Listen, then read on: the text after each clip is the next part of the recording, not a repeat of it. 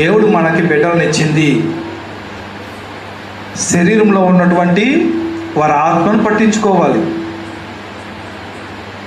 వారి యొక్క ఆత్మపై వారి యొక్క ఆత్మను నాశనం చేసేటువంటి రైట్ మనకి లేదు. బిడ్డలకు మనం ఒక మేనేజర్ లాంటి వారు. వారి ఆత్మ నశించిపోతే తల్లిదండ్రులకు శిక్ష, శ్రమ. భూమి మీద శ్రమ ఉంటుంది, మరణానంతరం కూడా వారికి శ్రమ ఉంటుంది. భూమి మీద శ్రమ ఏంటి అంటారా? బిడ్డలకు దేవుని బోధగాడి నేర్పించకపోతే వారు విత్తిందే వారు కోసుకుంటారు.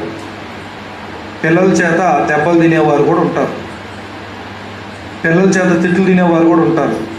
పిల్లలు తల్లిదండ్రులు లోపడకుండా ఉండే పరిస్థితులు వస్తాయి. కారణం ఏంటంటే, ఎప్పుడైనా నువ్వు శరీరానికి ఏం అవసరం అవి ఇచ్చావు, కానీ పిల్లలకు నీ సృష్టికర్త ఆయన నీ నుంచి ఇది కోరుకుంటున్నాడు అని ఎప్పుడైనా